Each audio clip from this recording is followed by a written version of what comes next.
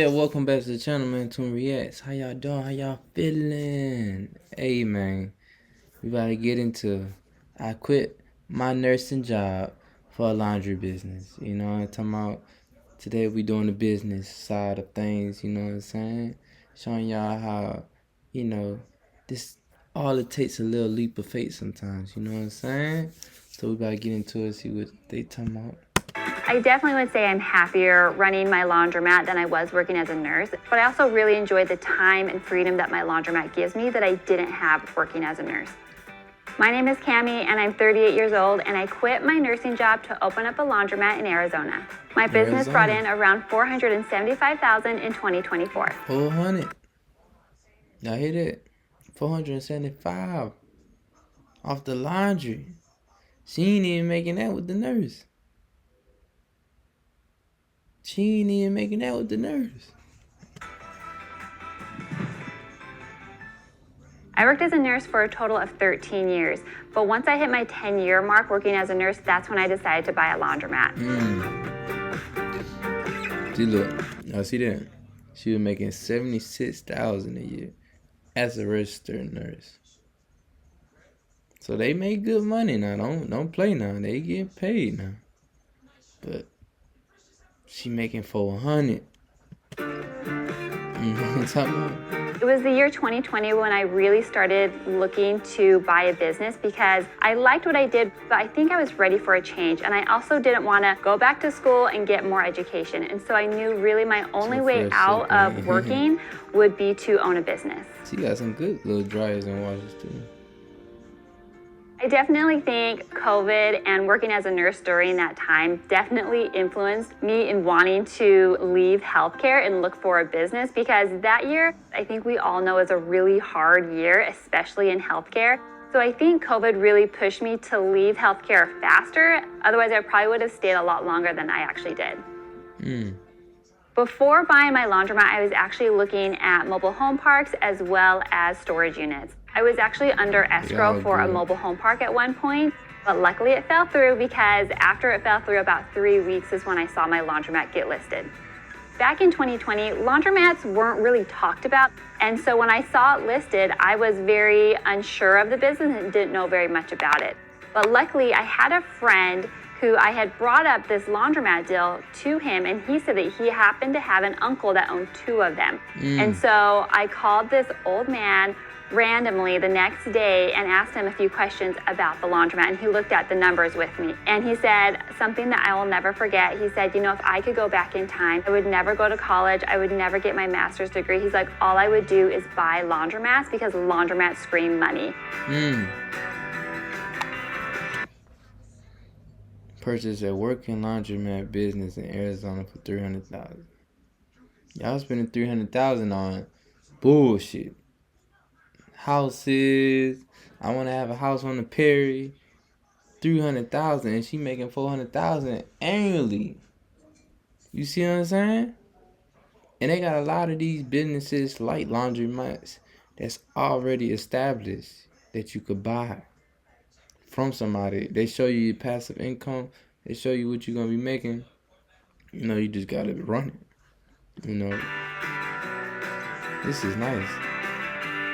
She pays rent monthly for stuff. I had been planning on buying a business for probably a year before actually buying my laundromat. And so I knew once it came down to it that I was planning on selling my home to use that equity to put towards my business, whatever business it was that I had bought. And so selling my home was a big deal, but I knew that the home that I owned, that I eventually sold, it was never going to be my forever home. It was more of like a starter home. Yeah. So for me, selling it, it wasn't very scary. I was more excited about owning a business rather than owning a home.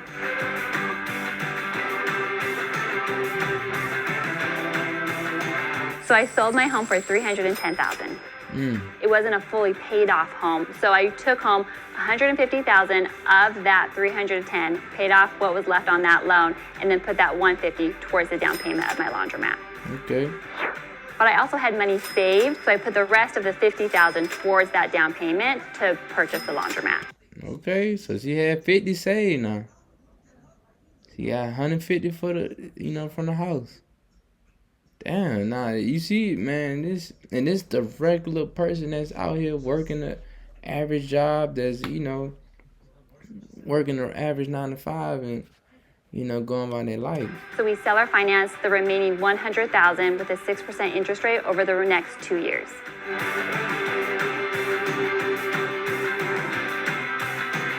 Finish paying off the loan. So when I bought my laundromat, the plan wasn't to ever leave nursing. It was more of I would just go down more in part-time at the hospital and work on my business more. She like, fuck that. I was working 36 hours a week.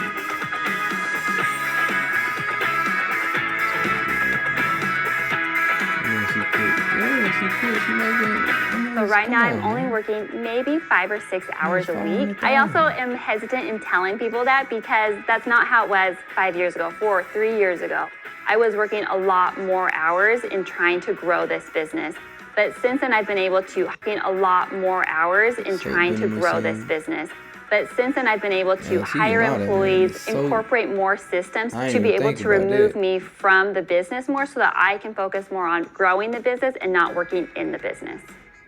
When I walked into that laundromat the very first time, I knew there was a lot of value that I could add to the business because it wasn't exactly pleasing to the eye. The first few months of owning my laundromat, I went in and did a lot of renovations to make it feel more homey, more welcoming to those customers walking in. I put about $20,000 back into the business to do some minor renovations. Okay. When I bought my laundromat, it was a regular self-serve laundromat where customers walk in, pay to use the machines, and then walk out to do their laundry. About 6 months after owning my laundromat, I had learned about this thing called pickup and delivery, and that is where we go out into the city, pick up their laundry, bring it back to the laundromat, process their orders, and then return it back to them just a few days later. I added the pickup and delivery service in April of 2021. This iron is probably one of the best decisions I've made in owning my business. And the reason for that is because we've been able to grow my pickup and delivery of those table linens and napkins exponentially. So wedding season is definitely our peak season here at the laundromat.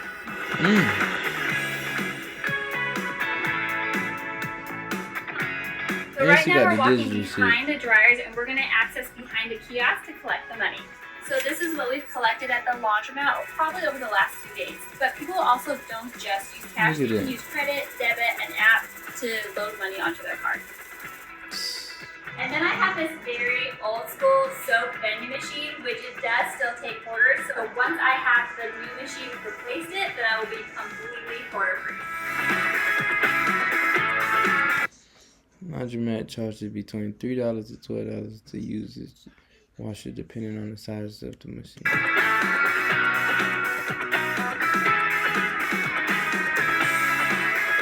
Jars cost 0.25 cents per 7 minutes of use. For pickup and delivery service, the laundromat charges $2.10 per pound of clothes and $10 per table linen.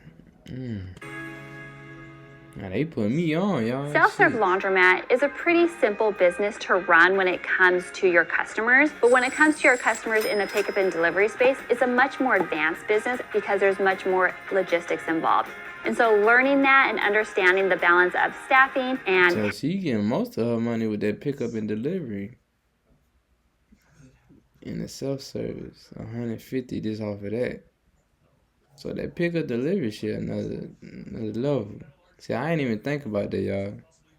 Poundage of laundry and making sure they're balanced and making sure that everything gets returned on time. There's a lot of moving parts in that business, so it took me a little bit to learn that. Whatever I make on the laundromat, I take a small percentage that I plan on putting back into the laundromat. For the rest is what I used to take to live off of. Putting back into the laundromat. Yeah, okay. For the rest is what I used to take to live off of.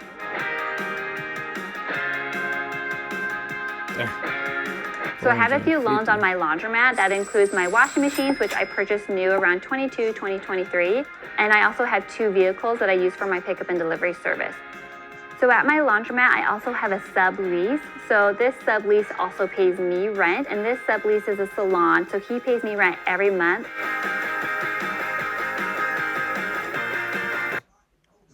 What? We'll go back, y'all. Lease. So this sublease also pays me rent, and this sublease is a salon. I have two vehicles that I use for my pickup and delivery service.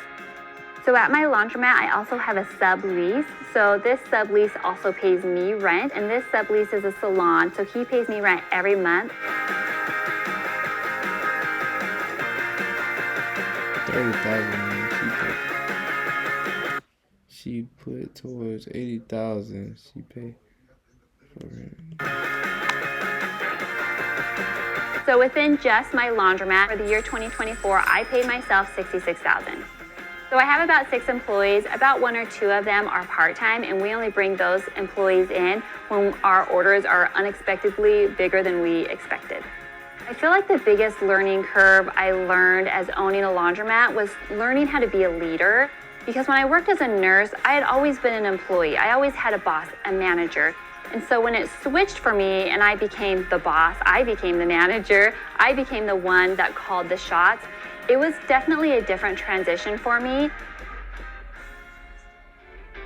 I decided to post on social media about my laundromat in July of 2024. And she came posting on TikTok is where I primarily started. And my TikTok did really well. And I first started getting paid in October of 2024. It wasn't until December where I started focusing more on Instagram as well. So as of February of 2025 is when I hit my very first month of making more money from social media than my laundromat. Dang. And since then, it's continued to stay the same. This motherfucker getting a check, man. She also sells at $27 a month. So in the year 2025, I'm on track to make around $200,000 off social media. I'm actually hoping to build or buy a second laundromat, so I plan on staying in the business for a long time. I would want a laundromat that's very run down. Like, I would love to do that renovation process again of putting in new machines, building it up and scaling it to be a bigger, better laundromat. And if I don't buy, I would love to build one and just start from scratch as well. I think my end goal with my laundromat, or if I were to get a second laundromat, is to have a really strong exit when I do plan to sell. I feel like there's 2 really great things that I've grown to love about this business. The first one is I kind of treat my business like it's a game, and it's a game that I want to win. But it's funny because I feel like I'm not competing with anyone. It's just more of how can I capitalize on this business? How can I scale it? How can I grow it? How can I be more creative? And then of course, the second thing that I really love about this business is that just my freedom with time. This is my first time where I'm able to be home for all the holidays, have every weekend off. Granted, I've only really felt that in the last few years. My first years of ownership, I didn't have as much time because I basically just put my head down to grow it.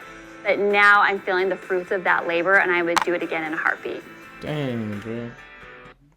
Nah, that's what's up, bro. Like, I always looked into laundry businesses and, I always been curious about that. But she just showed y'all, like, come on, show all of us many different ways you could go with this shit. You know what I'm talking about? She monetizing the content, delivering.